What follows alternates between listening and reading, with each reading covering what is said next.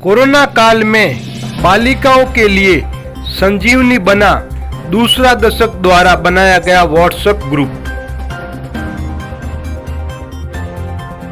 कहते हैं कि आज का युग विज्ञान का युग है और ये बात सत्य भी है कि जिसमें मनुष्य हर रोज नई खोज करता है।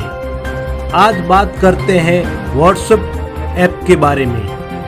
अगर हम ये सोच ले कि संसार में बनी हर वो चीज उपयोगी है तो मनुष्य जीवन में कभी फेल नहीं होता है। कोरोना काल में कहीं ऐसे मोड़ देखने को मिले जिसमें लोगों ने बहुत कुछ खोया और बहुत कुछ पाया।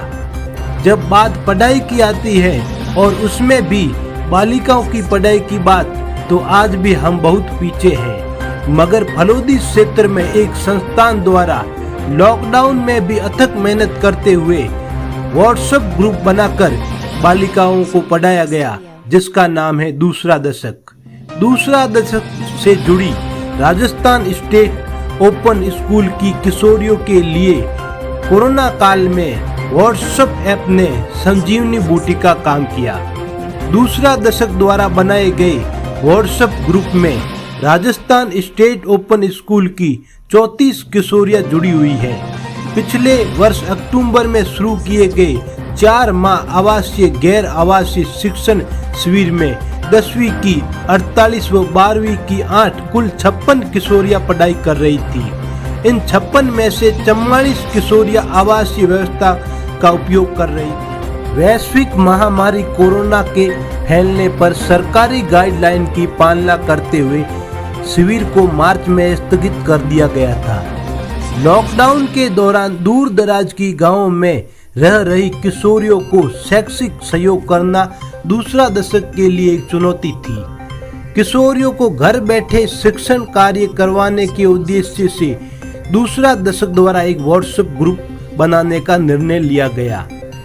परियोजना के निदेशक मुरारी लाल थानवी बताते हैं कि हमें इस बात का अंदाजा था कि सभी लड़कियों के पास स्मार्टफोन नहीं होगा और नेटवर्क की समस्या भी आएगी। अधिकतर किशोरियों के पास अपना फोन नहीं था। उन्होंने अपने भाई माता पिता के फोन का उपयोग किए। इस प्रकार शिविर की 60% किशोरियां इस ग्रुप में जुड़ पाई।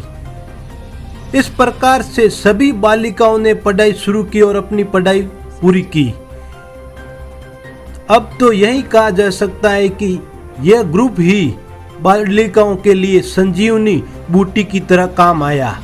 इसलिए कहा जाता है कि संसार में कोई भी वस्तु ऐसी नहीं है जो उपयोगी ना हो। बुधवार को ओपन स्कूल की परीक्षाएं संपन्न हो गई।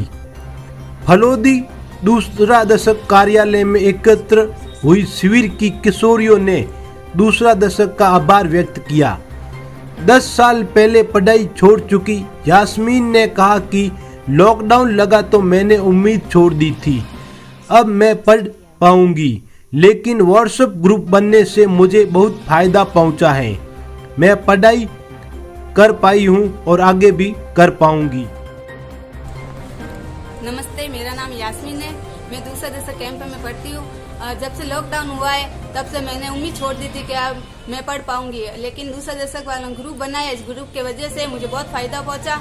इस वजह से मैं आज पढ़ पाई हूँ। 5 महीने मैंने पढ़ाई की। अगर ग्रुप में ऐसा नहीं बोलते कि पढ़ो कुछ लिखो, अगर नहीं बोलते ऐसा, तो मैं कुछ नहीं कर पाती। आज मैं परीक्षा देने भी नहीं आती।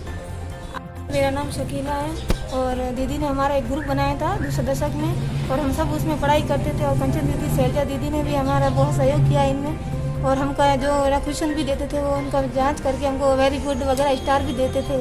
मेरा नाम विजयश्री है। हमें ग्रुप में सवाल भेजे जाते थे और हम अगर क्वेश्चन आंसर नहीं करते थे तो दीदी हमको बोलती थी आप करो, आपकी पढ़ाई अच्छे से होगी, नहीं तो नहीं हो पाएगी। फ़ोन कर देते थे, समझाते थे अच्छे से।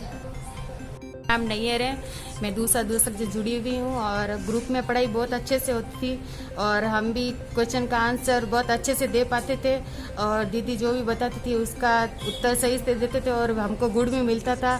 और जिसके पास किताबें नहीं थी वो भी अच्छे से पढ़ाई कर सकते थे। हम जो भेजते थे उसको देख के और हमको ग्रुप में कोरोना के बारे में भी सिखाया जाता था, कोरोना से बचाव कैसे कर सकते हैं। Thank you.